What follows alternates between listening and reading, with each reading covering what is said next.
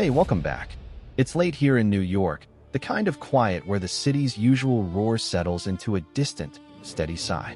But for some of you listening right now, maybe in your own quiet moment, the silence isn't really silent at all. Maybe you hear it.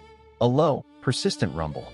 A deep drone, like a diesel engine idling forever in the distance.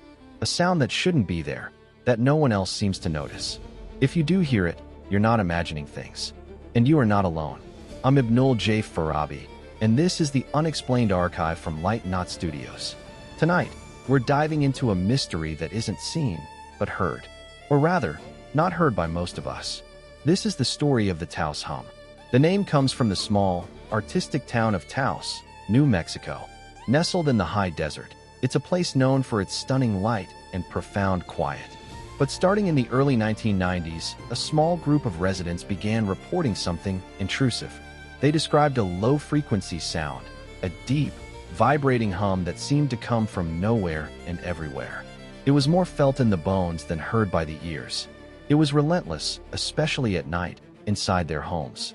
It drove them to distraction. And the most baffling part? Only about 2% of the local population could hear it at all. Now, if you're thinking this is just a local New Mexico issue, think again. Similar persistent, low-frequency hums have been reported all over the world. There's the Bristol hum in England, the Windsor hum in Canada, the Largs hum in Scotland. Listeners have written to me about their own local versions. It's a global phenomenon with a very local, very personal torment. Imagine hearing that sound right now. A low, unwavering note that never stops. You can't escape it. You ask your family, "Do you hear that?" They look at you, concerned. They hear nothing. The doctor checks your ears, finds nothing. The sound begins to isolate you. It steals sleep. It fuels anxiety. Is it in your head? Or is it out there? So, the first and most critical question, what is it? The list of theories is as long as it is strange. Let's start with the mundane. Could it be industrial? Power lines, gas pipelines, underground machinery? In some cases, like the Windsor hum, it was traced, at least partially, to a blast furnace on a nearby island. But for Taos and many other locations, extensive investigations by teams from universities, the Department of Energy, even the infamous Los Alamos National Laboratory, found no obvious industrial source. They left baffled. Then we get into the more exotic. Some point to military experiments, to secret underground bases, to very low-frequency communications used by the Navy. Others wonder about geological causes, microseisms from the Earth itself, the grinding of tectonic plates, or even emissions from the Earth's magnetic field. There's a theory about spontaneous otoacoustic emissions, sounds generated by the inner ear itself. Essentially, your ear making its own noise. But if that's the case, why do reports cluster in specific geographic locations?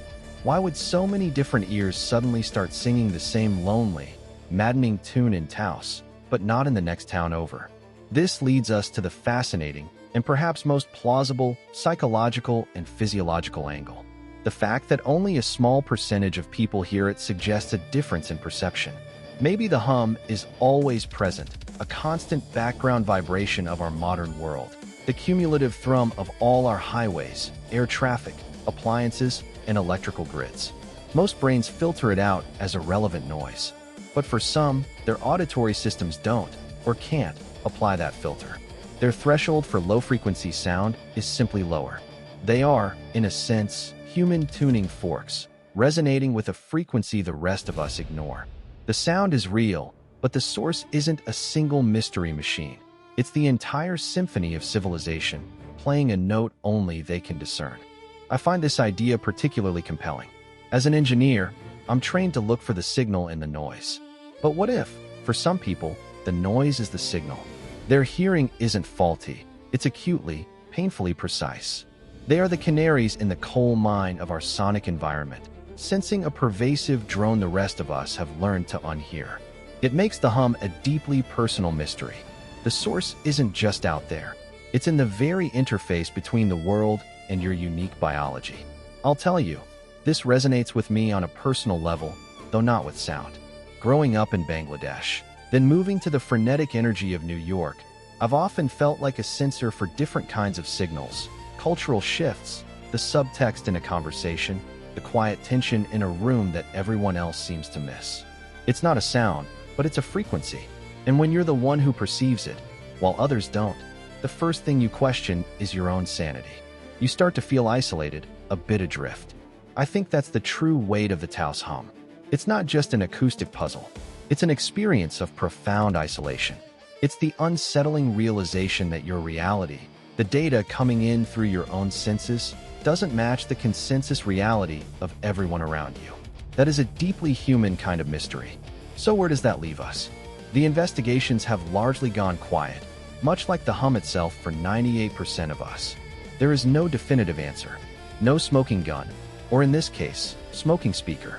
The Taos Hum remains an open case in the unexplained archive. Perhaps it's a combination of factors, a specific external low-frequency trigger, whether geological or industrial, meeting a specific internal auditory sensitivity. A perfect and perfectly frustrating storm.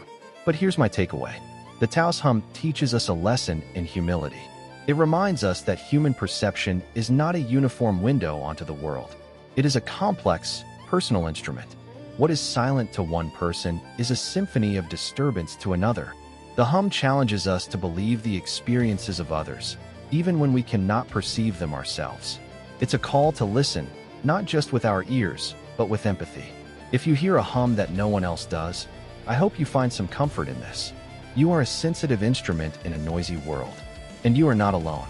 For the rest of us, let's remember, the world is full of frequencies just beyond our perception. The mystery isn't always about what's hidden in shadow. Sometimes, it's about what's hidden in plain sight, masked by the very limits of our senses. Thank you for listening to this episode of the Unexplained Archive. If this story resonated with you, please share it with someone. Your subscription helps us continue digging into these mysteries. This is Ibnul J. Farabi for Light Not Studios. Until next time, stay curious.